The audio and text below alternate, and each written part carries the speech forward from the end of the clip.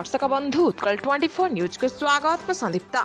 हाजी बाबा athletic cricket club रा उच्चापित उत्सव rising club champion Jaleshwar शासन वार्ड ठारे आयोजित होइथिबा हाजी बाबा एथलेटिक क्लब रा जलेश्वर प्रीमियम लीग उच्चापित हो जाइछि। फाइनल रे rising moon club Gausinha warriors cricket club को 3टी विकेट रे परास्त करी चैंपियन होइछि।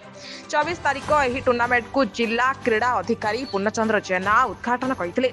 13 दिन धरी खेल चलिथिबा बेले 6टी टीम भाग नेथिले।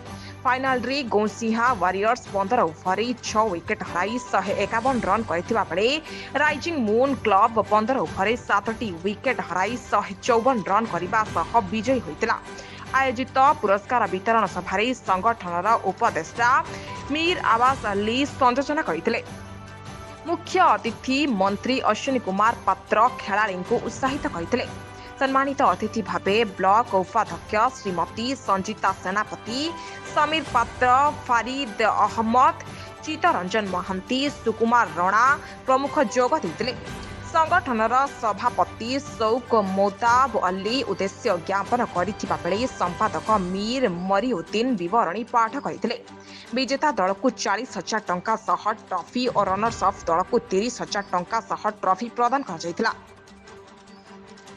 बस्तारू शेख अजरुद्दीन का रिपोर्ट उत्कल 24 न्यूज।